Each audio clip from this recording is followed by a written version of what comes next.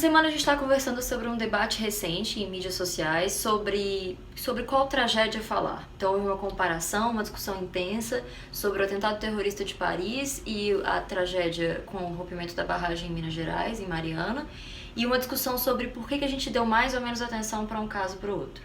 Esse é um tema difícil porque quando a gente tenta questionar esse enquadramento, parece que a gente está tentando censurar sobre o que as pessoas podem sentir dor, mas talvez não seja bem por aí. Essa é uma pergunta importante. Eu diria que esse é o começo, tem que ser uma cautela de todas nós. Quando nós comparamos o que aconteceu em Paris ou o que aconteceu no interior do Brasil e dizer por que choramos por um e não choramos por outro, não é restringir direito à dor e direito a sentir, mas é porque a representação é um gesto político. Quando nós nos emocionamos mais por uma tragédia do que por outra, aquilo não é um sentimento espontâneo de aproximação à dor do outro. Aquilo foi treinado, Sim. Foi disciplinado, Sim. Por formas que nós sequer percebemos de representação da dor do outro.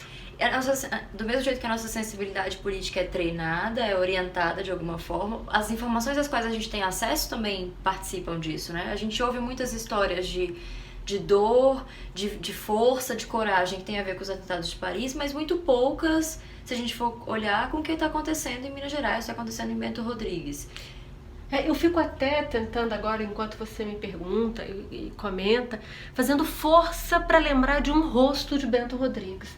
Um rosto que represente uma história, que eu consiga contar a saga de uma família, que eu consiga me lembrar do interior de uma casa. Eu teria dificuldades, você também? Teria, se não fosse o que a gente está tentando fazer essa semana aqui, né? Eu contar uma história também.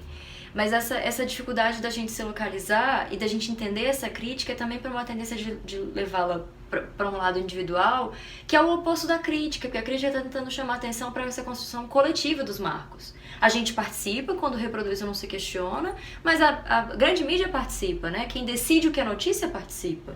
E quem decide como vai ser a notícia. Então, a nossa conversa aqui não é só por biografizar Sim. os sofrimentos, mas é porque nós nos aproximamos das histórias. Sim. Então, que talvez a forma como nós contamos o que acontece em Paris é uma forma de nos aproximar dos sofrimentos, das histórias dos outros. Sim. E que nós precisamos treinar uma forma de aproximação com histórias que estão na nossa vizinhança. Sim.